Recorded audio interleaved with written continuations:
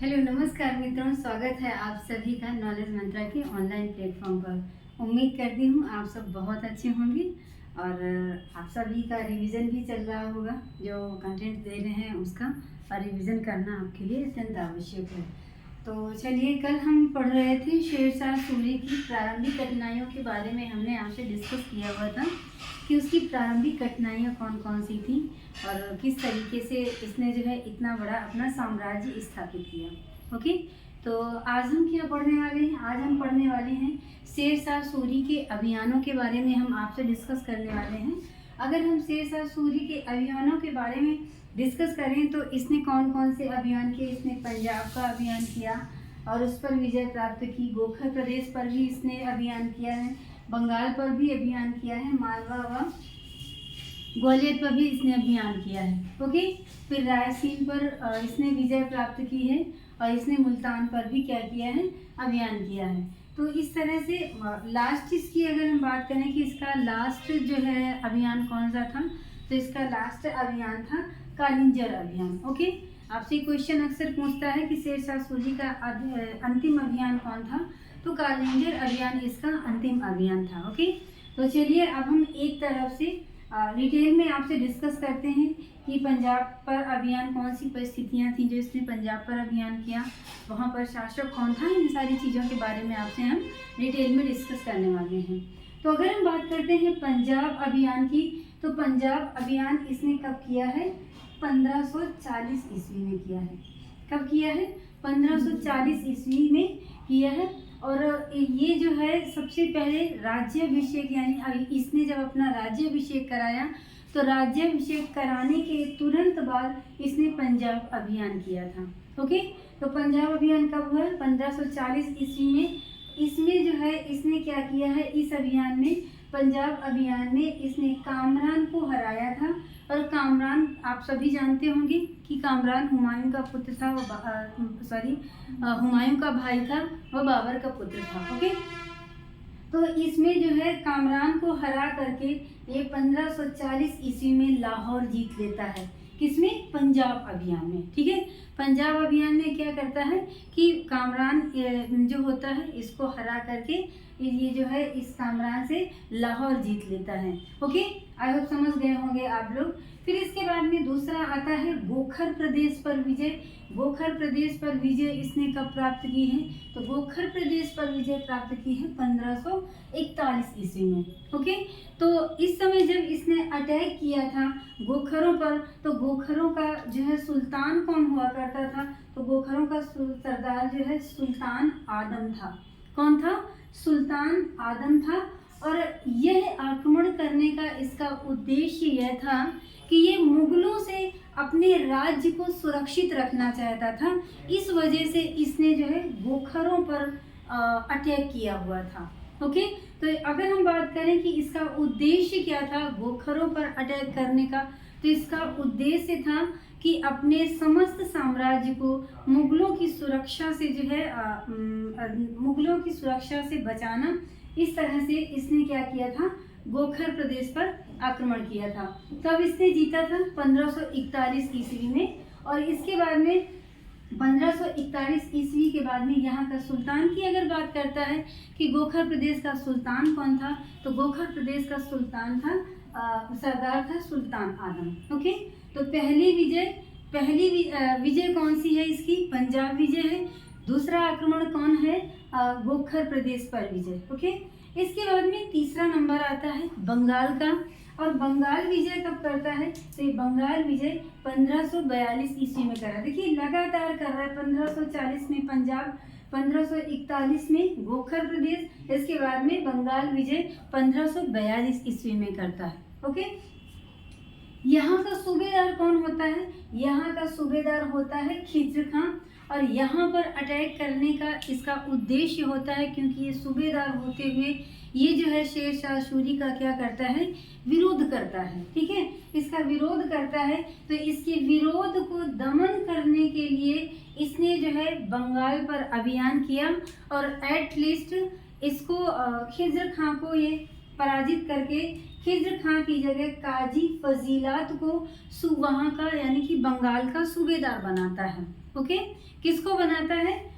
इसको पराजित करता है खिज्र खां को, और खिज्र खां को पराजित करने के बाद में काजी फजीलात को बंगाल का सूबेदार बनाता है और इसको कहता क्या है? अमीन ए बंगाल की उपाधि देता है। किसकी उपाधि देता है? अमीन ए बंगाल की उपाधि देता है। तो इस तरह से थी इसकी क्या, बंगाल अभियान इसका था। फिर आता है ग्वालियर व मालवा अभियान। तो ग्वालियर व मालवा अभियान की अगर हम बात करें तो एक सूबेदार होता है मल्लू नाम का, मल्लू इकबाल। ये क्या करता है कि ये मल्लू इकबाल कादिर की उपाधि धारण करके ये जो है मालवा का सुल्तान खुद को घोषित कर देता है। एक सूबेदार होता है बट उपाधि कौन सी धारण करता है? काजी की। और ये यहाँ का मालवा का सुल्तान खुद को जो है क्या कर देता है? घोषित कर देता है 1500। और इसके बाद में ये खुद को मालवा का सुल्तान घोषित करता है और इसके साथ साथ में 1542 ईस्वी में ग्वालियर की विजय करता है। ठीक है, किसकी विजय करता है? ग्वालियर की विजय करता है। तो ये जो है यहाँ पर क्या करता है? ग्वालियर विजय के बाद में ये इस पर अभियान करता है और अभियान करने के बाद में पुनः इसको जो है क्या कर देता है? पराजित कर देता है। ओके, खैर ये बहुत दिन तक ये साम्राज्य इसके साथ नहीं टिकता है और ये पुनः फिर से जीत लेता है। तो इसके ये इकबाल, ये जो उपाधि धारण करता है मल्लू इकबाल, तो मल्लू इकबाल के बाद में सुजात खां इसका पुत्र शासक बनता है और इसी सुजात खां का पुत्र जो मालवा का शासक बाज बहादुर होता है, तो इसी सुजात खां का ही पुत्र होता है। ठीक है, आई होप आप लोग समझ गए होंगे इसकी पूरी कहानी ग्वालियर व मालवा अभियान की। अब नेक्स्ट अभियान आता है क्या? रायसीन पर विजय। तो ये रायसीन पर विजय शेरशाह सूरी ने तो किया, लेकिन इसके मत्थे पर एक बहुत बड़ा कलंक भारतीय इतिहास में इसका धब्बा लगता है इसको, रायसीन विजय पर। वो कैसे लगता है? जब ये विजय करता है शेरशाह, सॉरी क्या लिख दिया, हाँ, शेरशाह के मत्थे पर जो है बहुत बड़ा कलंक होता है। वो इसलिए होता है क्योंकि जब ये यहाँ पर अभियान करता है रायसीन अभियान पर, तो यहाँ का शासक कौन होता है? पूरनमल होता है। कौन होता है? पूरनमल। पूरनमल को ये जो है आक्रमण करके बंदी बना लेता है और इस शर्त पर इसे समर्पण कराता है किसे? पूरनमल से, कि ये शर्त रखता है पूरनमल कहता है कि आप हमें, अगर हम तभी आपके समक्ष समर्पण करेंगे जब आप हमारे परिवार को सुरक्षित जाने देंगे। जो शेरशाह होता है इसकी शर्त को एक्सेप्ट कर लेता है, बोलता है ठीक है, लेकिन ये इसके साथ धोखा करता है शेरशाह। इस शर्त होने के बावजूद भी ये जो है इसके परिवार को सुरक्षित नहीं जाने देता है, परंतु धोखे से क्या कर देता है? इसको जो है मरवा लेता है। तो इतिहासकार इसने जो धोखा किया तो इसको विजय नहीं मानते हैं, रायसीन पर विजय।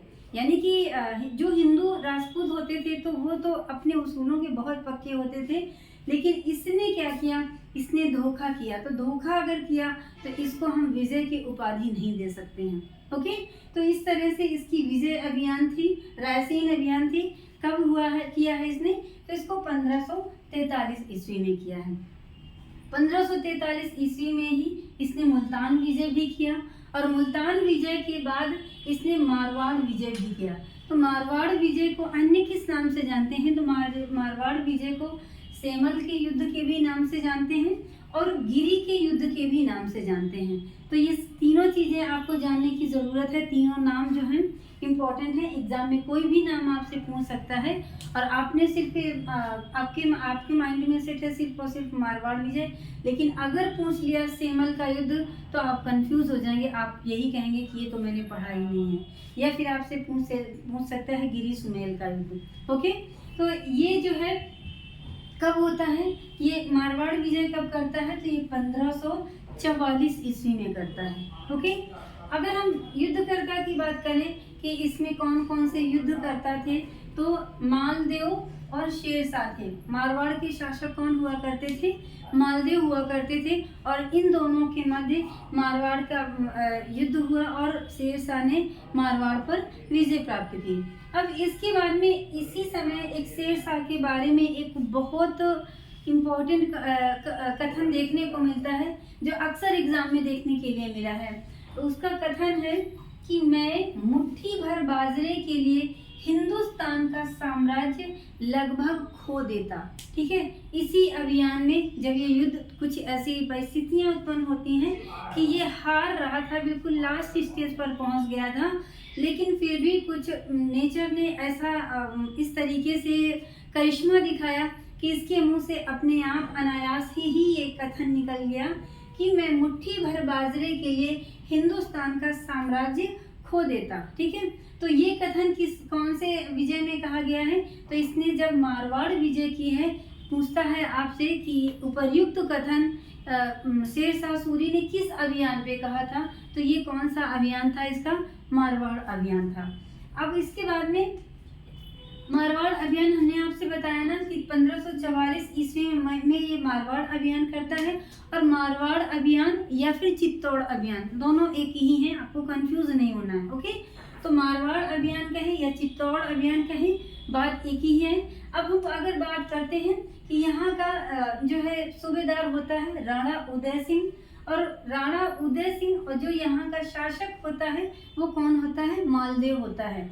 तो ये शासक ये जब इस मारवाड़ को चारों तरफ से घेर लेता है, तो यहाँ का सूबेदार जो होता है राणा उदय सिंह, इसको चाबियां भिजवा देता है। और चाबियां, तो ये जब चाबी भिजवा देता है तो यहाँ के किले पर ये जो है क्या कर देता है? घेरा डाल देता है, यानी कि उसको खोल देता है और इस पर अपना अधिकार कर लेता है। उस समय इस जो जोधपुर थी वो यहाँ की राजधानी हुआ करती थी। कहाँ की? मारवाड़ की राजधानी हुआ करती थी। ओके, जोधपुर की मारवाड़ की राजधानी क्या थी? तो मारवाड़ की राजधानी जोधपुर हुआ करती थी। यहाँ के शासक जो है पराजित होकर के यहाँ से भाग जाते हैं और ये कहाँ पर शरण लेते हैं? ये सिवाना के दुर्ग में शरण लेते हैं। ओके, शिवाना के दुर्ग में शरण लेने के बाद जब ये चले जाते हैं तो यहाँ पर दो इनके सेनापति होते हैं, एक जैता होते हैं और दूसरे होते हैं कुपा।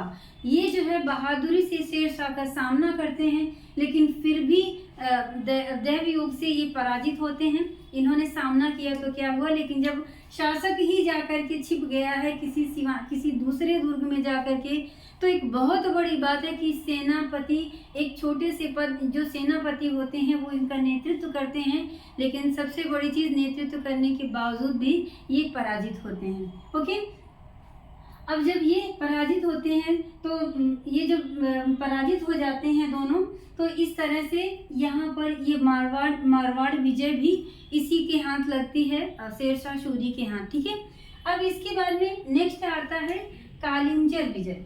अब हम अगर कालिंजर विजय की बात करें तो कालिंजर विजय शेरशाह सूरी की अंतिम विजय होती है, यानी कि ये बहुत दिन तक शासक नहीं रहा। 1540 ईस्वी पे ये राज्याभिषेक कराता है, लेकिन 1545 ईस्वी में इसकी मृत्यु हो जाती है। इसी अभियान के दौरान, कौन से? कालिंजर अभियान के दौरान ही इसकी मृत्यु हो जाती है। तो यहाँ की अगर हम कालिंजर की बात करें तो कालिंजर का शासक कौन होता है? कीरत सिंह होता है।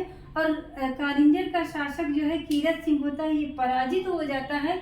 और ये जो है मैंने क्या बताया कि शेरशाह की अंतिम विजय होती है। ठीक है, और इसी कालिंजर को बुंदेलखंड की कुंजी भी कहा जाता है। आपसे पूछता है बुंदेलखंड की कुंजी किसे कहते हैं? तो कालिंजर को कहा जाता था उस समय।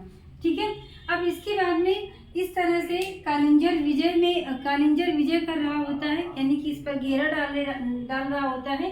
तो इसी युद्ध में गोला बारूद का प्रयोग भी शेरशाह करता है, लेकिन दुर्भाग्य से जो गोला होता है वो जाकर के किले की दीवार में टकरा जाता है और वहीं पर पास में ही शेरशाह खड़ा होता है। और जो गोला होता है वो इससे ये घायल हो जाता है और कुछ दिन बाद शेरशाह की मृत्यु हो जाती है।